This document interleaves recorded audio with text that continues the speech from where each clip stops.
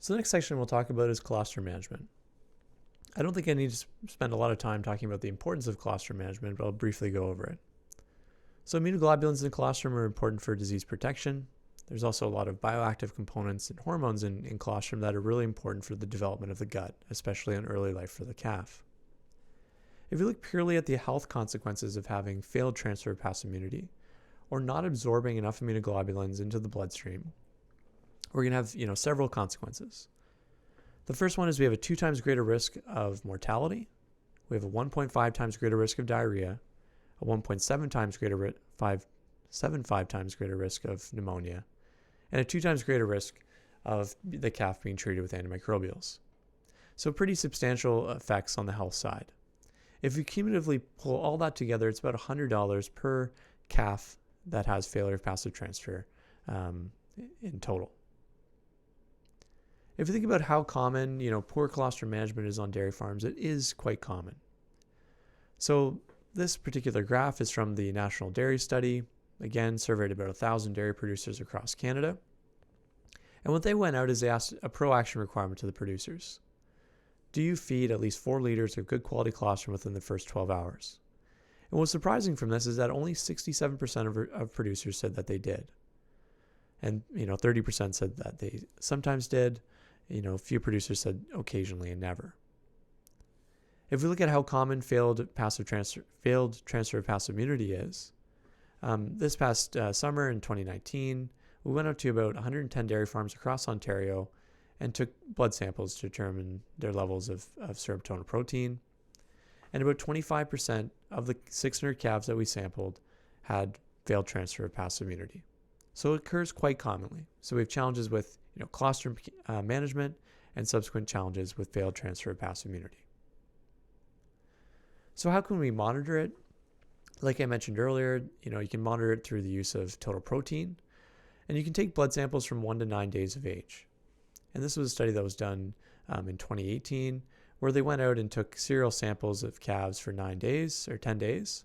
And what they found was that IgG is well correlated to serum total protein from 1 to 9 days of age. And really what this is a marker of the overall success of the colostrum management program. If we use a cut point of 5.5 grams per deciliter, really anything greater than 20% is considered to be an alarm. If we look at this little video, it's really an easy thing that we can do on farms. It's really an easy way that we can monitor the success of passive transfer. And because it's so important for farms and their future health, I think it's something we really need to be monitoring. And the nice thing is when we have this data, we can graph it out and we can see what it looks like on different farms. So in this particular farm, you can see in 2016, 2017, and 2018, there's really no issue with failure of passive transfer. Really consistently below that 20% mark and doing really well. But the nice thing is when you're monitoring, you can identify when things go off the rails. And then you can go through a specific process to see what changed or what can be improved. So if you think about, when we're kind of exploring some of these challenges, it's really important that we have the conversations with the people that are actively taking care of the calves. So on this particular farm, it's a 500 cow farm.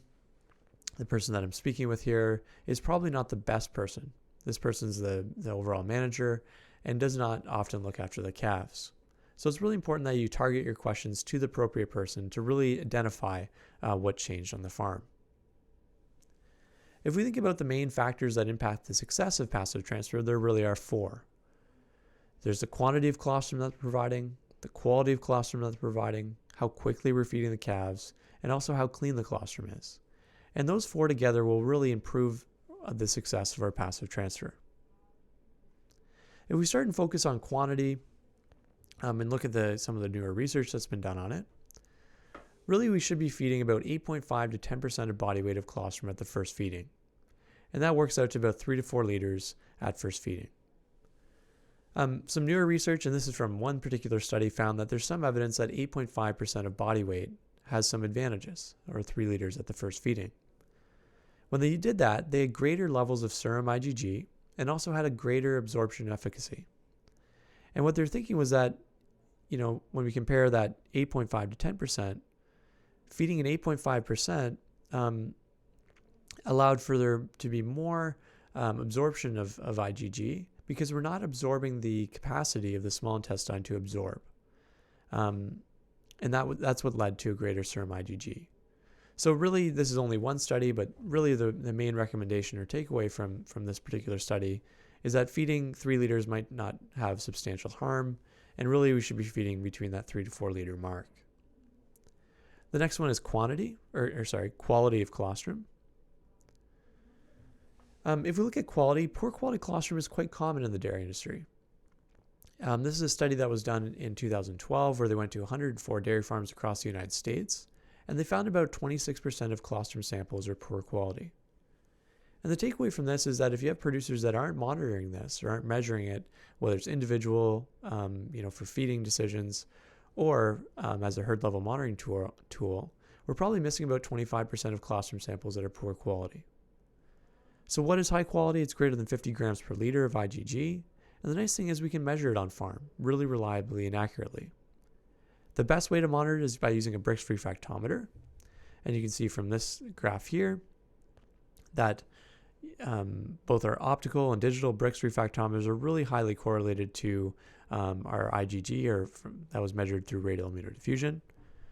And a cut point using for the Brix refractometer, anything greater than 22% on the Brix scale is considered to be high quality colostrum, or greater than 50 grams per liter. Another way you can monitor is using a colostrometer. Greater than 80 milligrams per mil is considered to be high quality. However, the colostrometer is very temperature sensitive. So it'll overestimate the amount of IgG in colostrum when it's over room temperature, and it'll underestimate when it's colder than room temperature. So really the best thing to use is a Brix refractometer, optical or digital. And the nice thing is that opticals are really cheap and you can buy them, for a reasonable cost, around $50 to $60. The nice thing is if we're monitoring the quality of colostrum on farms, we also can make herd level decision making so that we can go in and we can explore why are we getting so many poor quality colostrum samples. So some of the things that you can dig into when you're seeing high levels of low quality colostrum is look at the time of first milking relative to calving. So this is a study that was done a while ago where they looked at the amount of immunoglobulins and then they looked at the time after calving. And basically the longer that you took to harvest the colostrum from the cow, the poorer the quality colostrum that you got. And that's actually due to the immunoglobulins being reabsorbed back into maternal circulation. So it's not a dilution effect, it's from the reabsorption of IgGs into maternal circulation. Having a high energy or vitamin E and selenium deficient diet in the prepartum period will also contribute to having low quality colostrum. Parity, if you collect colostrum from first and second lactation animals, you're going to have poorer quality colostrum than third or greater lactation animals. Having a short dry cow period will also contribute to having low quality colostrum. And that's because colostrum production begins about 5 weeks prior to parturition. So we want to ensure that we're having at least a dry cow period of at least 5 weeks, because if we have short dry cow periods that are less than that, we're not only going to have a reduced quantity of IgG, but also going to have a reduced volume of colostrum that's produced. Breed is also important. I think that's obviously a big challenge to change that on farm. You're not going to get a Holstein producer to change to a bunch of Jerseys, but Holsteins really do have the poorest amount or poorest quality of colostrum produced when we compare it to other breeds. Heat stress is also another important one. When cows are undergoing heat stress, they're going to have a lower volume of colostrum and also a lower amount of IgGs that's within their colostrum. And the final one is vaccination of cows in the prepartum period. So 3 to 6 weeks prior to calving, giving them a vaccine will improve the amount of antibodies that are specific to certain pathogens like E. coli, rotavirus, and coronavirus. The next thing that's impacting the success of passive transfer is how quickly we're providing colostrum after calving. So it's really important that we provide colostrum as quickly after calving as possible because we have these immunoglobulins that are being absorbed across the small intestinal epithelium through penocytosis. And really the ability of the calf's enterocytes, or the intestine, to absorb these really quickly declines after birth. So for every hour delay after birth that we wait until we feed colostrum, the risk of failure passive transfer increases by about 13%. And really, it's optimal to feed colostrum within 4 hours after birth. This is an interesting study just to further highlight that was done at the University of Guelph, where they fed colostrum immediately at birth, and you can see a huge rise in immunoglobulins. They fed them at 6 hours and also fed them at 12 hours. And you can see that the 6 and 12 hours are virtually identical. So the takeaway from this is really we want to feed them as soon as possible. So ideally, we want to feed them probably within the first 4 hours so that we can get that maximum amount of colostrum absorption. And waiting to 6 hours is just as bad as waiting to 12 hours to feed colostrum. The final thing impacting the success of passive transfer is cleanliness. I think cleanliness is often a forgotten part of those 4 critical things to have successful passive transfer. And why it's so important is that if we have bacteria in colostrum, it really interferes with the absorption of immunoglobulins. So basically what happens is we have bacteria that bind up those immunoglobulins and make it very difficult for that large molecule to cross the small intestinal epithelium by penocytosis. Also, if we have bacteria in colostrum, it'll increase the risk of diarrhea. So if we think about how we're doing in terms of colostrum contamination, we're really not doing so well. This is again from that study that I mentioned earlier from 2012, where they went out to 104 different dairy farms and collected colostrum samples. They sent it to a lab, and they did bacterial counts. And ideally, you want our bacterial count to be less than 100,000 colony-forming units per mil. And as you can see here, only about 55% of samples were less than 100,000, actually meeting that cut point of being clean colostrum, and 17% were over 1 million, meaning that they're tremendously contaminated. So I think there's some room for improvement in this particular area. If we think about where contamination occurs, I think there's 4 critical areas that we can start exploring. The first one is the udder. So there's lots of cows that come through the dry cow period that have an udder that looks like this.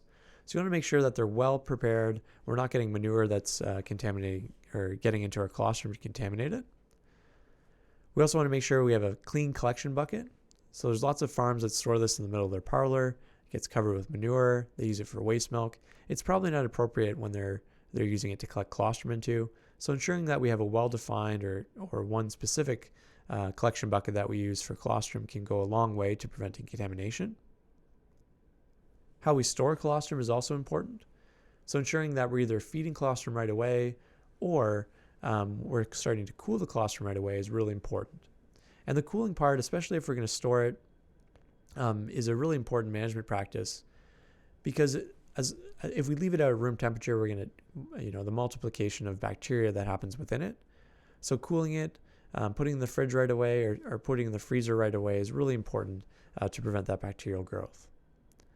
The final area where contamination could occur is through feeding equipment. And that's one of the areas that we explored. If we look at contamination of feeding equipment, it also occurs quite commonly. So if you remember, our gold standard of contamination is less than 100,000 CFUs per mil. Only about 41% of samples met that criteria. And we have about 35% that are over 1 million are really substantially contaminated. So we have lots of contamination of feeding equipment that's occurring. If we think about how we can monitor cleanliness on farm, like I spoke about earlier, you can submit samples to your local laboratory and get them to measure either total coliform count or total bacterial count. And some of the targets for that is to be less than 5,000 CFUs for total coliform count and less than 50,000 CFUs per mil of total bacterial count. One way that you can measure potentially contamination on farm is through using a luminometer. And what a luminometer is it measures the amount of ATP that's present in microbial cells. And we have an enzyme at the top in the swab here, you can see at the top here, that when it comes into contact with ATP, it'll start to generate light. And this luminometer will measure the amount of light that's being produced that's proportional to the amount of bacteria that's in there. So if I show you just the process of how we did it on farm, so you drop about 10 mils of this solution. You put it into your piece of feeding equipment that you're going to test. And you want to make sure that it's getting adequate surface coverage over everything. So it's similar to what the route that colostrum would go through. You collect it as an as-fed sample, so meaning out of the nipple bottle or out of the end of the esophageal tube feeder. into a sterile collection container. Grab your swab. Dip the swab into the fluid. And then you can see at the top here that there's a little bit of liquid at the top, and that contains the enzyme called luciferase that when it comes into contact with ATP, it'll start to fluoresce. So you allow it to sit for about 2 to 6 seconds, and then you put it in your luminometer, and it measures the amount of light that's being produced. And the nice thing here is that you get a result in about 15 seconds. So you can show your producer, hey, things are going well, or maybe things are not going so well. So this has been validated on running sterile saline through feeding equipment, so particularly nipple bottles and esophageal tube feeders, but you also could run it through other lines where you're running sterile saline through the lines on an automatic auto feeder or other things on the farm. Next topic of discussion that I often run into is what colostrum feeding method is best. Is it a nipple bottle or is it an esophageal tube feeder? So a couple of years ago, Mike Steele at the University of Alberta at that time went out and looked at, is there any difference between bottle and tube feeding when we feed them immediately after birth? And the answer to that is that there isn't. So serum IgG is the exact same for both bottle and tube when we're feeding them immediately at birth. The next question that I have, which really hasn't been researched, is what happens if we delay feeding colostrum, whether it's 6 hours or 10 hours, do we still see that similar effect? But the answer for colostrum feeding method, the best to our knowledge, is that there really is no difference between bottle and tube feeding. So some key takeaways from this colostrum management section is that obviously this colostrum management is really, really important. It's not only important to decrease the risk of health consequences that we have when we don't feed enough colostrum, but we also, risk running into some consequences of not having adequate gut development when we feed not enough colostrum to these calves. If you think about the 4 key things that we want to focus on to have successful colostrum management, it's really feeding adequate quantity of colostrum, making sure it's high quality, feeding it quickly after birth, and ensuring that it's clean. The nice thing is we can monitor many of these things, whether it's through taking total proteins to look at success passive transfer, whether it's looking at using a luminometer or using some laboratory submissions to determine bacterial counts, or even by evaluating quality of colostrum. We can monitor all those things so that we have informed discussions with our producers about what's going on their farm.